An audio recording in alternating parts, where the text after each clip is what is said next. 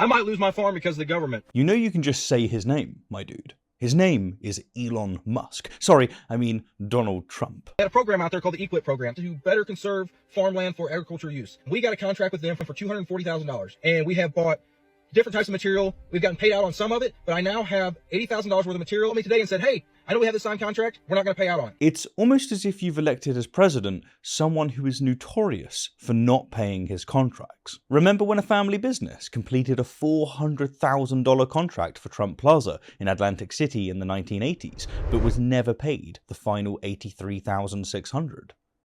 Yeah.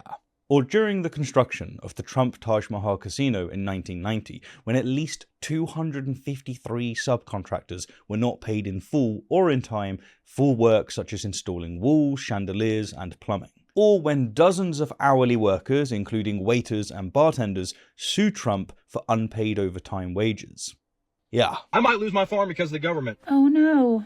Who's to blame? Indeed, it's the guy that tons of rural farmers voted for to own the blue-haired libs. Alright, so what exactly is the EQIP, the Environmental Quality Incentives Program? It's a federal initiative established to help US farmers and ranchers implement conservative practices that improve soil health, water quality, and overall environmental sustainability while maintaining agricultural productivity. However, under this Trump administration, the program has faced significant setbacks, and the result is poor dudes, like the guy we're seeing here, getting crushed by billionaires who pretend to give a damn about his livelihood. And unless they lift this pause on payment, I'm going to lose this farm. The reason that they're not able to hold up the contract is our EQIP program is funded by the Inflation Reduction Act because of the executive orders. Whose executive order did this? I'm sorry, ma'am, but he isn't going to admit it. There's a pause or a freeze on the funding through the Inflation Reduction Act, and they're not able to pay out on the stuff that we completed or anything going forward. Multiple farms are going to sink if we don't get traction on this and get those funds unfrozen. You know what really gets me about this frustrated farmer?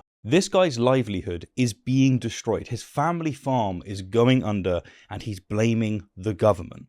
But he can't bring himself to name Trump. The same Trump he probably voted for. I wanted to start off by saying I did vote for Donald Trump. The same Trump whose policies are literally bankrupting him right now. And he's not alone. Trump's 2025 tariffs on China, Canada, and Mexico, they are absolutely demolishing the rural communities that supported him the most. We're talking about a 25% tax that China slapped on US soybeans in retaliation. To give you an idea of what damage this will do, during Trump's first term, retaliatory tariffs from China caused $27 billion in agricultural export losses between 2018 and 2019. And sadly, these are the same people wearing MAGA hats to their bankruptcy hearings as Trump and his oligarchs bend them over a barrel. And it gets better, or worse, depending on how you look at it. While these farmers are losing their farms, while manufacturing workers are losing their jobs because Trump's steel tariffs jacked up prices, guess what the average American household is paying extra because of these tariffs? $800 per year. That's right, the working class is literally paying for the privilege of going broke. But here's how it gets even more twisted, something that it would have saturated your feeds for the last year at least. Instead of pointing out the real corporates, the billionaires whose wealth exploded under Trump, what do so many Trump voters do?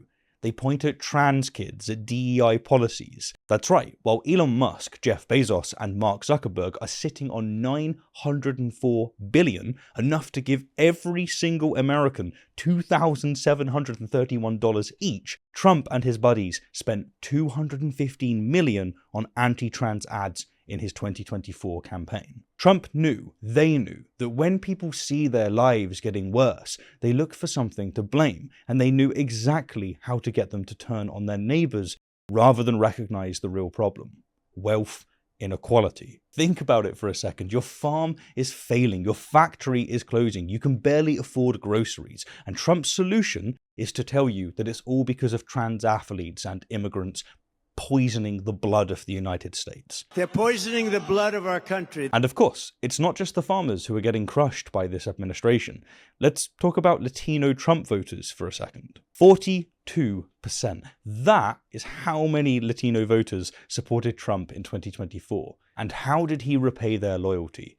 with ICE raids. Not just on criminals, we're talking about raids on working people, business owners, families, people who have lived in the US for decades, who employ Americans, who are related to American citizens. Again, much of the problem with the US is the massive wealth disparity. And while poor farmers are losing their legacy, while families are being torn apart, while factories are closing, Fox News is running wall-to-wall coverage about, wait for it, transgender people in sports. This is so exciting. 3 of Leah, is it Leah? Who gives a I'm not kidding. They spent more time talking about high school athletes than they did about the fact that Trump's 2025 tax cuts will save billionaires $50 billion a year, while your tax cuts are expiring in 2025. And not only did this rhetoric of demonizing your neighbor work to get Trump elected, it's still working. The same people who are being absolutely destroyed by these policies